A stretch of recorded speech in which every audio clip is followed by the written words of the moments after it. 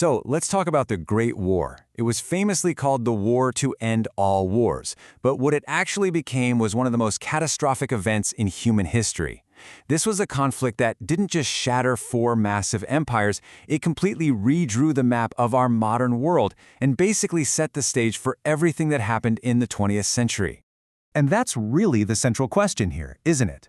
How could the murder of one man in a city like Sarajevo possibly ignite a global firestorm that would end up killing over 16 million people?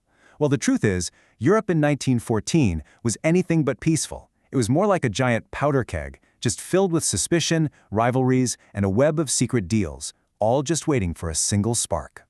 To really get why it all exploded, we have to look at what made the continent so flammable in the first place. See, long before the first shots were ever fired, Europe was already trapped in this tangled web of fear and ambition. It was all held together by these complex alliances that were supposed to prevent a war, but instead they made a massive one almost guaranteed. So you basically had two major teams.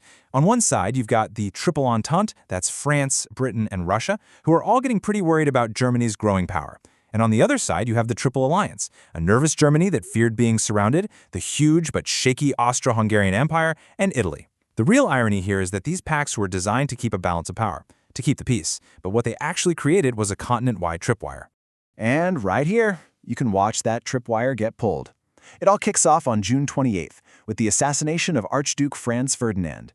Exactly 1 month later, Austria-Hungary declares war on Serbia. Now Russia, who sees itself as Serbia's big brother, starts getting its huge army ready. Germany, being allied with Austria-Hungary, has to declare war on Russia. And just like that, boom, the dominoes just start toppling, one after another, pulling the whole continent right into the abyss. Now for Germany, a war with Russia automatically meant they'd also have to fight Russia's ally, France.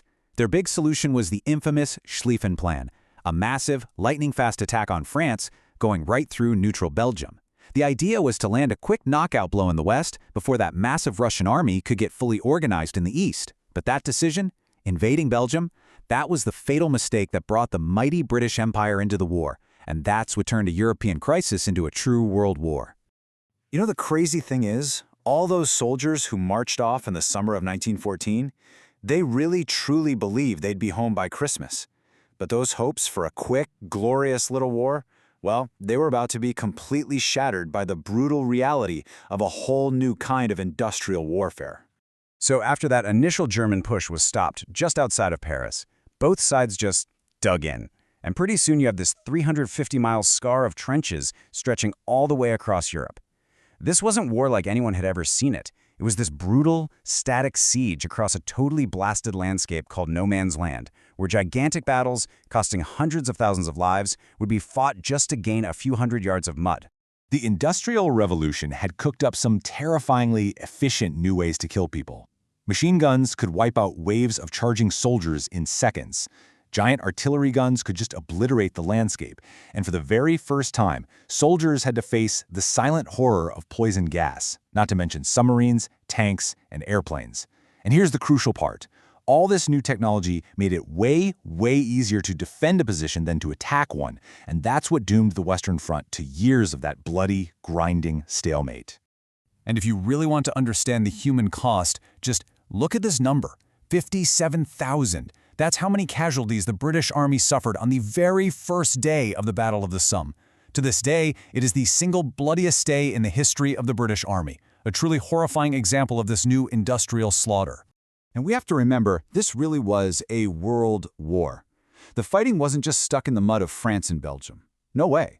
Battles were being fought in European colonies all across Africa and Asia, everywhere from the jungles of Cameroon to the coast of China. Naval battles erupted in the South Pacific and off the coast of South America. This was a global struggle between giant, competing empires. And yet, even in the middle of all that industrialized carnage, you had these incredible moments of shared humanity. The most famous, of course, is the unofficial Christmas truce in 1914. German and British soldiers just spontaneously put down their guns, they came out of their trenches, exchanged little gifts, and even played games of soccer in no man's land. It's just such a powerful reminder that the soldiers on both sides were just ordinary guys, caught in an extraordinary catastrophe. Okay, so fast forward to 1917. After 3 years of this grinding warfare, every single country involved is pushed to its absolute breaking point. People at home are starving, armies are on the verge of mutiny. And this 1 year is about to see 2 massive shifts that will change the course of the war and the world forever. First up, Russia. Battered by millions of deaths and torn apart by a revolution at home, Russia finally collapses and leaves the war. Now for Germany, this is a massive victory. It frees up 500,000 of their veteran troops for the Western Front. But Germany's own desperate gambles are about to bring a new industrial giant into the fight, the United States. Germany was getting really desperate. They felt they were losing the long war of attrition, so they made a huge bet: unrestricted submarine warfare. The plan was to use their U-boats to sink any ship heading to Britain, to basically starve the island into surrendering.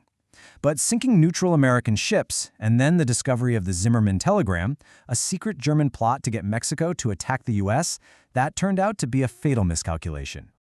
And still, the slaughter just went on. At battles like Passchendaele, months of constant shelling and nonstop rain turned the battlefield into a literal sea of liquid mud. It was a quagmire so deep that men and horses could actually drown in it.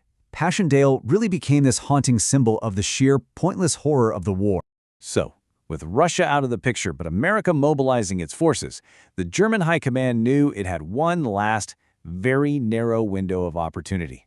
They had to win the war, and they had to win it in early 1918, before the full industrial and military power of the United States could show up on the Western Front. This was it, the final gamble. Germany moved its best troops over from the Eastern Front and launched a series of gigantic attacks in the spring of 1918. They used new stormtrooper tactics to bypass the strongest defenses and cause chaos, and they smashed through the Allied lines, making the biggest gains anyone had seen in years. For a few terrifying weeks, it honestly looked like they might actually win the whole thing. But it wasn't enough. The German army was just spent. They had thrown everything they had left into this one offensive, and now they were exhausted, with over 600,000 casualties they couldn't replace. And that's when it was the Allies' turn. In what's now called the 100 Days Offensive, the combined British, French, and fresh American forces hit back. And they hit back hard. Using tanks and aircraft all working together, they finally broke the stalemate for good and shattered the German army. And once that main German front line was broken, the end came with shocking speed. Germany's allies just collapsed, one by one. First Bulgaria, in September. Then the Ottoman Empire in October. Then the Austro-Hungarian Empire. With revolution breaking out at home and its army completely defeated, Germany had no choice but to ask for an armistice. And it was signed at the 11th hour of the 11th day of the 11th month, 1918. The final cost? It's almost impossible to wrap your head around. Nearly 10 million soldiers dead, another 21 million wounded, around 7 million civilians dead, and 4 massive, ancient empires, the German, the Austro-Hungarian, the Ottoman, and the Russian, were just gone, swept from the face of the earth, changing the world's political map forever. The peace treaty that was signed at Versailles literally redrew the map of Europe, creating new countries like Poland and Yugoslavia, but it also imposed incredibly harsh terms on Germany. And maybe most controversially, this war guilt clause forced Germany to accept 100% of the blame for a war that, as we've seen, had much more complicated causes. That decision would breed some really deep and lasting resentment. Which leaves us with one final and pretty chilling question. The Great War was called the War to End All Wars. But by creating all these new grievances and leaving old ones to fester, did the flawed peace that ended this first global conflict just end up sowing the seeds for the even more devastating one that would follow just 2 decades later?